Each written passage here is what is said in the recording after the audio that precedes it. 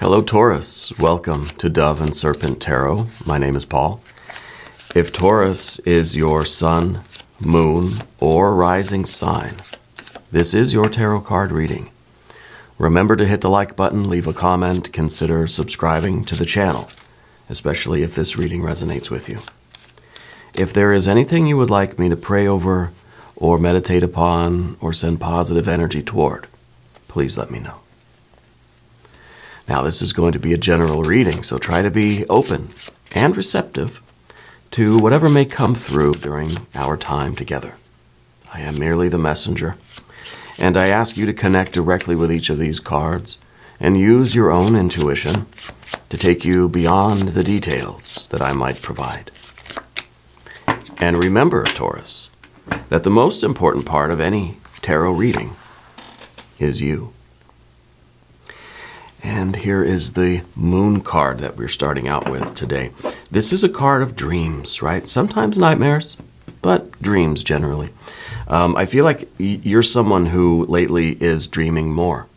I feel like in your life, maybe you didn't really connect with your dreams or you don't really remember them. They were never that vivid. They were never a big part of your life. But lately, I think they've been really saying something, right?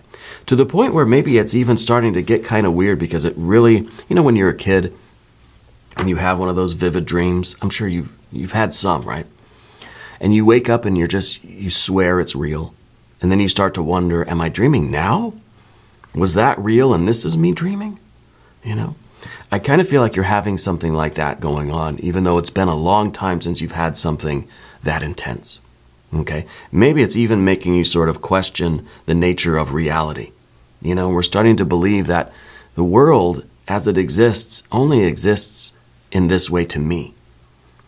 Every world, every individual, right? Every individual unit of consciousness has a universe all to themselves, right? My universe does not look like yours. Okay. Even if you're sitting right next to me, and it feels like you are sometimes, So I feel like you've been having a lot more of these sort of existential type of questions, or these just questioning our perception. Maybe it even feels as if your dream life is sort of spilling over into your real life a little bit. More synchronicities, more omens, more signs, more strange events happening to you. Yeah. It kind of feels like it's the beginning of like a supernatural thriller or something, I feel like you've been seeing a lot of your dream symbols out in your waking life, like the next day or something, right? Maybe even a little bit sort of predicting the next day of your life. You just dream about walking down the street, seeing a yellow flower, and then the next day, you're walking down a particular street, you see that yellow flower, and there's that kind of deja vu almost feeling about it. Let's put all of this into some context, okay? We're going to do some more cards here. We've got that devil energy now. Interesting. Major Arcana. We've got the Knight of Swords. We've got the universe, reality itself, right? We've got the Eight of Cups. Interesting. And a Five of Swords. Okay. Over here, we've got a Nine of Wands, an Ace of Wands, Seven of Swords. I can see that we don't want to get back to this sort of conflict, maybe argument going on.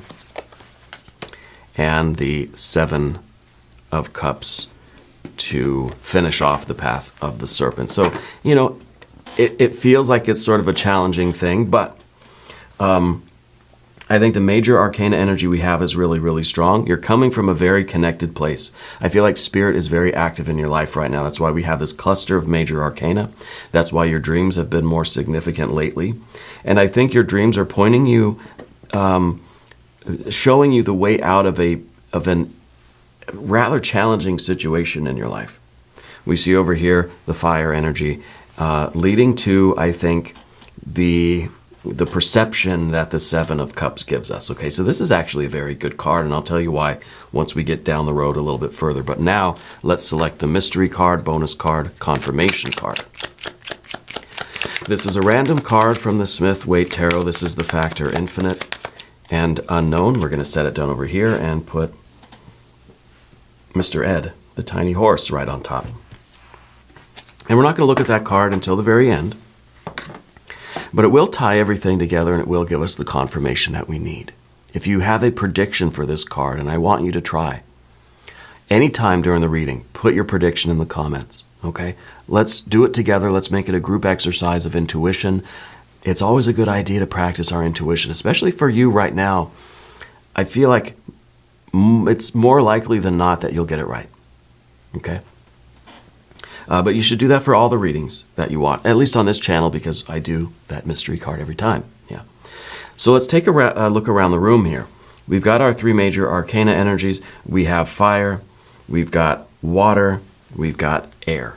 Okay. What we don't have is a lot of earth energy, but the universe, the world, kind of does the job of the earth energy. This is kind of talking about all of the earth element, all of the physical universe. The physical manifested universe as well as the unmanifested universe. Everything that may, can, and will eventually manifest. All of the infinite possibilities for manifestation are back here. Okay. So I kind of think it's almost saying, like, in all of the possible universes, in all of the infinite possibilities of times and places and situations and circumstances and relationships and everything else, in all of the infinite possibilities of life, you find yourself right here, right now. And I think you're kind of wondering, like, why? You know, why am I right here, right now? Yeah. We see these 2 cards, and I feel like you have such an intense drive to make progress in your life, to continue to sort of make your mark on the world, to make a place for yourself, make a name for yourself, to succeed, to achieve your goals. Okay?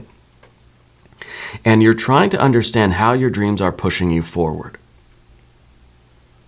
Because I feel that there's something that you're trying to get through. You know? I don't know if it's a personal issue, if it's a relationship thing, a work thing maybe. And it doesn't show in the cards, right? Because what we see as being the major kind of, it's like the swords cards are slashing through the reading like this, you see? And so whatever's going on in your life, there is this sort of, I think, an internal, almost a mental sort of stress, a frustration almost, about, like, kind of why you're here. What does this mean? How am I supposed to push forward? See, we see the goat trying to move forward this way, but the horns are getting tangled up in this 5 of swords. Okay? Now, underneath the surface, we've got the Knight of Swords. And this, I believe, is usually your very clear perception of things. You know, I find you to be a very logical person.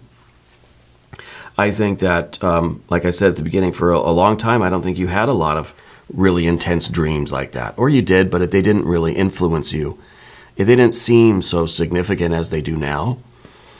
So you were able to really see things clearly, make a clear decision, logical. Yep, I'm going to move that way. I'm going to do this and that.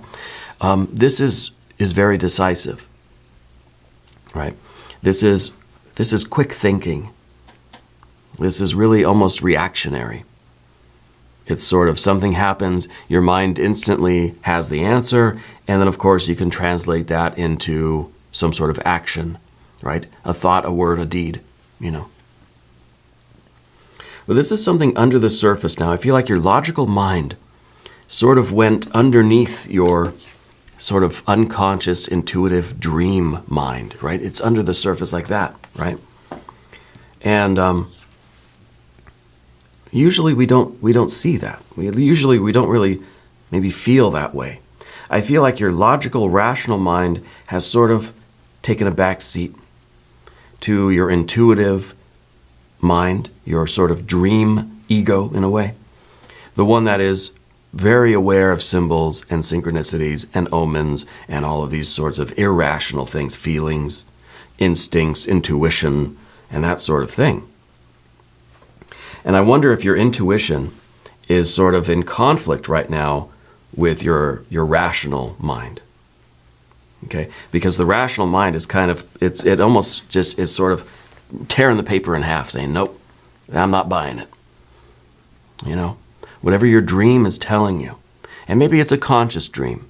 Maybe it's an intuitive thing. Maybe it literally is a dream. Maybe it's something that's sort of manifesting through you in terms of your art or your writing or your music.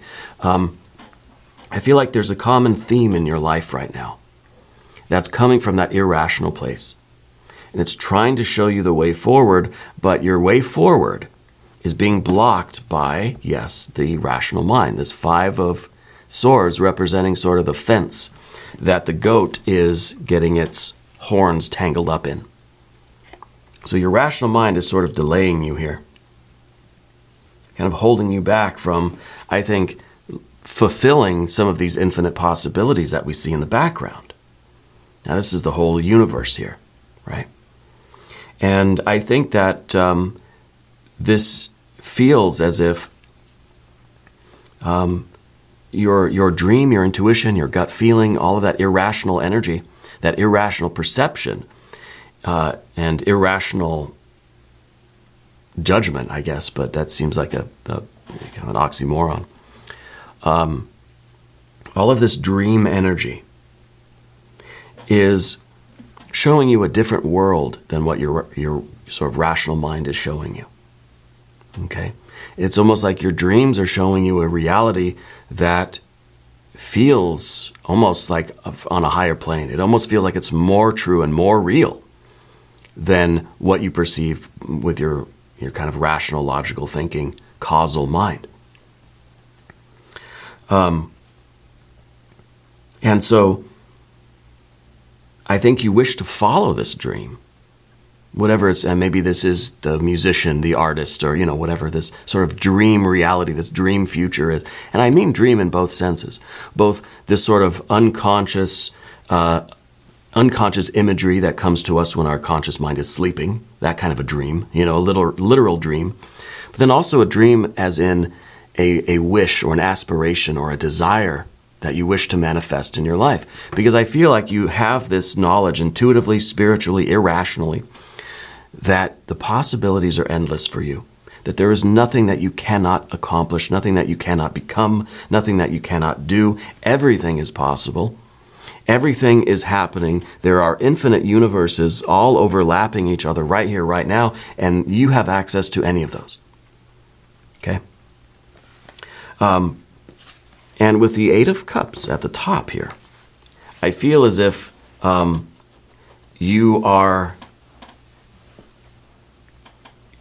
in a state of sort of emotional flux. Okay? It's an 8, so to me it feels like a state of things. It feels like a noun. It feels like you're kind of in this sort of feeling mode, right? But there's also movement in this card. And so it's kind of a contradictory card, because we get the even-numbered cards and we think that there is some sort of stasis, that we're in a state of something, right? It's a noun. It's an even number. It's a form of kind of how we're feeling, right? But the motion implied here is kind of showing you that there is hope in unexpected places. You know, it feels as if there is really sort of 2 options. One is the path where the cups are running out. The water is running out of the cups. They're drying up, right? And we see that in the card. They're chipped, they're broken, the water seems like it's sort of draining. And the other path is one where this water is sort of being filled back up into these cups, and really this turns into, like, let's say a 9 of cups, right? There are sort of 2 different paths here. And the way to get to the path that fills the cups up feels irrational. It appears like this 5 of Swords. It's a fence that you keep getting your horns tangled up into. It's the fence called, like, the logical mind, the rational mind, our defense mechanism. That's kind of saying, you know, no, that can't be true, right? It reminds me of that scene in The Matrix where where Neo is looking at the spoon, right? And the kid is bending spoons, and he's, how do you do that? And the trick is that there is no spoon, right? And so there really is sort of nothing preventing you from moving into this life that is, I find, more meaningful, more hopeful, more filled with joy and bliss, right? And so in some ways, it's not even about there being two different paths for you, but there is no path. There is just becoming, right? There is just sort of being that thing. But the Five of Swords, to bring this out of the kind of abstract realm, I feel that your mind is sort of not allowing you to believe certain things about your future, about your potential, right? At first I thought maybe this was a conflict with somebody else in your life, that you were getting kind of wrapped up in some entanglement, some drama with somebody else, you know? And maybe that's what's going on. Maybe that's part of it. Because I feel like your horns are getting tangled up in something, that your ambition, your drive to move forward this way is getting stuck in this entanglement of doubt, of second guessing, of negative thoughts, negative opinions. So it might be all coming from yourself. It might be involving another person, maybe a Libra person, not to throw Libra under the bus. Let's do an affirmation card for this Five of Swords.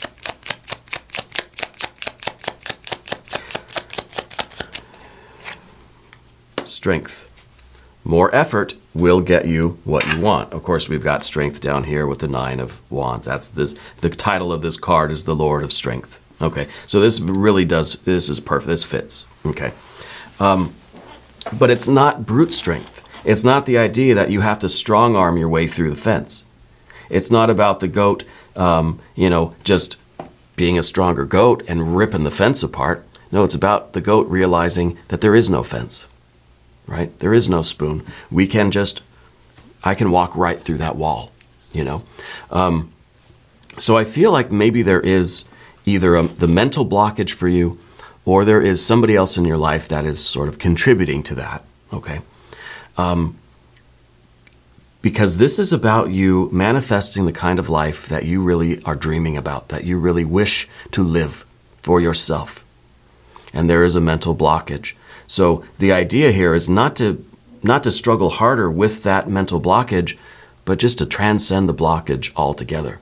It's kind of like now the goat has grown wings and the goat is just flying over the fence. Simple, right? Problem solved, you know? We're going to take a look at the path of the serpent, and as we do this, I would like to ask for your subscription.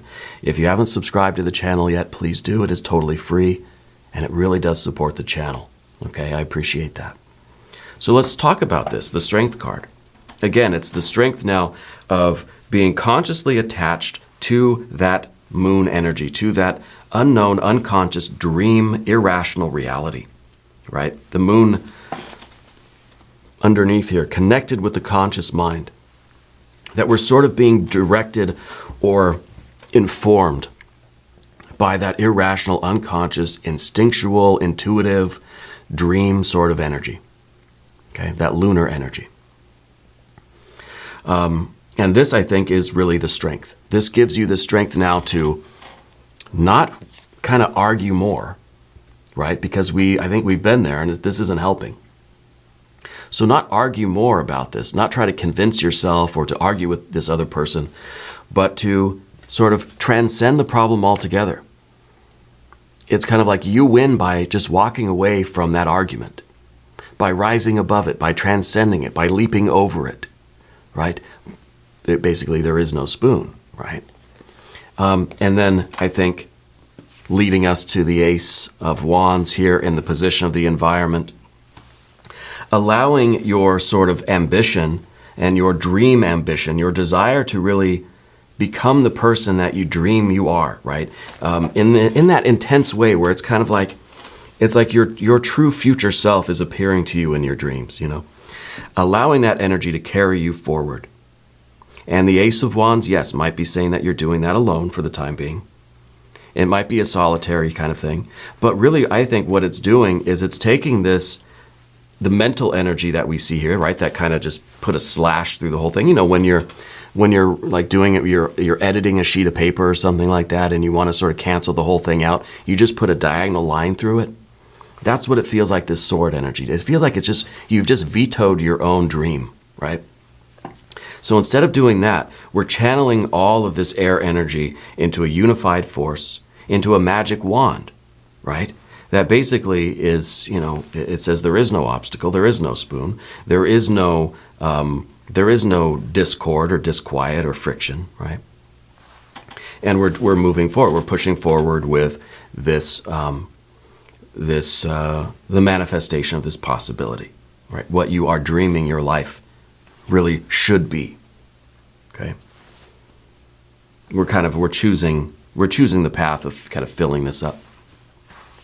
But that leads us to the Seven of Swords now, which is kind of, again, it's like it's that diagonal slash through your plans, through your dream. Okay. And really this is the card we want to avoid. We want to avoid getting tangled up again. So in essence, this is you trying to, in some ways, really just sort of just pretend that those negative opinions aren't there.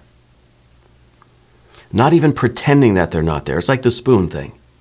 I can feel the spoon. The spoon's here. I can eat with it because I believe in it, right? And because, it's the perception of physical reality that's taking place in our minds, on the screen of our minds. All the packets of data coming in through my physical senses lead me to believe that there's a spoon here, right? And so in sort of an abstract way, I don't think literally we're doing this, but maybe I think some people can, that we sort of deconstruct that. And we believe in our souls that these obstacles aren't there, that the spoon is really not a spoon, and it's just my perception of the data the electrical data coming in through my senses. So therefore, it can be overcome. Now, the Seven of Swords itself is talking about negative opinions, things coming in from all sides, right? A lot of sensory data coming in that's trying to push you off of your ace, right? This Ace of Wands, in terms of mental energy, you're on that ace right in the middle. There are other forces that are trying to push you over. You're trying to walk that tightrope, and then all these things are trying to push you, and we're trying to somehow not let them, And these, again, could be thoughts just of our own, our mind itself, just kind of working against us, saying, no, that you can't go that route. That's not meant for you. You're meant to stay here and do this particular universe. This particular reality is what's yours, even though it, I think, is sort of losing its luster for you.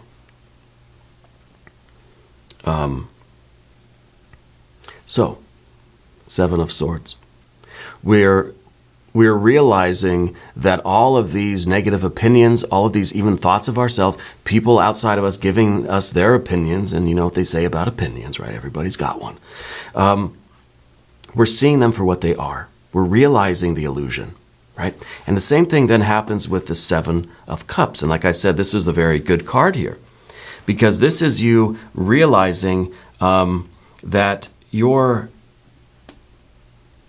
dissatisfaction with life, even realizing that we have these cups and the water is draining out here, is basically saying these aren't cups that need to be repaired and filled back up, because in essence, there is no cup, right? There is just love. There is just joy and beauty and happiness. Now, it's not to take away from the relative significance and intensity of our thoughts and feelings, but it's the understanding that we are in control of those. And that's what the Ace of Wands, that's what, the Nine of Wands is too. That we're in control of our reality. That if we are thinking and feeling in a way that is not healthy, productive, or satisfying to us, that is not leading us in the direction that we want to go, we are well within our dominion to change that. Okay, so the Seven of Cups really gives us an awareness, allows us to see the reality for what it is, allows us to transcend that, because we can see that this is not something that's so heavy and it's weighing on me so much that I can't move, like an 8 might. It's not a state, it's not a fixed kind of form that I'm in. So the 7s really are those active cards. They're odd numbers, right? So they show us the way out, really just through what we had at the very beginning, through the strength, through the fire, through the 9 of Wands, through sort of, and I don't know how to explain this, and that's why I'm using the matrix thing as the example, because it really is just this act of will that pushes through both of these, the heart and the mind, okay? And whether this is, again, coming from the criticism and the emotional energy from others, or if it's just coming from in yourself, right? That we're overcoming these almost in just one act of will, in one instant where it just clicks, and we see that fall away, and your dream opens up to you, and these possibilities open up to you, and you're moving forward. Okay. I want to look at the mystery card here.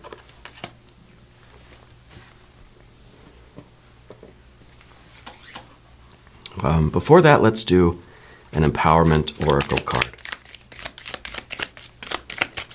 We're ending with some, this isn't the joy we want, obviously, right? But we realize that these obstacles are, in some ways, illusions, right? Let's get an empowerment oracle card here. What do we have? The phoenix feather. I am reborn through the fire. Yes, the fire. No matter my history or circumstances, I rise above. Rising above, yes.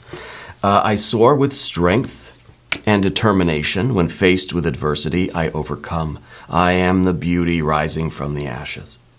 Well, that's the goat getting the wings, right? And transcending and rising above and becoming the beauty that we wish to see. So we're going 8, we're going 7, and the beauty really is the 6, right? I wonder if the mystery card here will be the 6 of Cups, maybe. If you have a prediction, now's the time. Put it down below. Let's see what we have. The Knight of Wands. Well, back to that fire energy, right? This is fire on fire. This is some really strong Aries energy. And I think that it really has this, to do with it. It's almost like just don't slow down. We think of fire as being the sort of, it's basically spiritual energy, right? Fire is one of these elements that it's just kind of, it's spiritual, but it's also sort of material. It's, it really is the sort of the magical element. And I think it's really allowing us to get through the air and the water by just becoming fire. It's sort of like we are rarefying ourselves, that we are becoming something more subtle that can pass through those obstacles. It's kind of like what prevents us from walking through a wall, let's say, or walking through a door. It's because we are in our earth energy, and that door is also that crystallized earth element, right? But if we are, even if we're air, or water, or fire, we will pass right through that door. Now, I don't think it's really possible to do in a literal way, or at least I have not done it. But that's the idea with the fire energy, that if we become that if we rise as that phoenix, right, that fire animal, let's say our goat really gets the wings, then we can transcend these other obstacles, the mental, emotional obstacles, okay? The mental, emotional obstacles. And we become that fire that can manifest the reality, the earth, right, the universe that you're dreaming of. So it's really a very simple message, and I know it didn't sound simple, but it really is.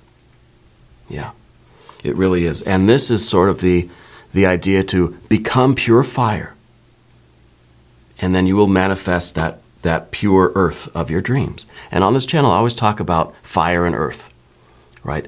And that is the sort of electrical circuit of creation. Fire to earth, impulse to behavior, right? Inspiration to implementation, will to action, heaven to earth, above to below, within to without, right? fire to earth. It's that spiritual electrical circuit. What gets in the way of that? Water and air. Our human thoughts and feelings, our emotions, our rational mind. Yeah. And I think with that Eight of Cups, you're kind of stuck in that.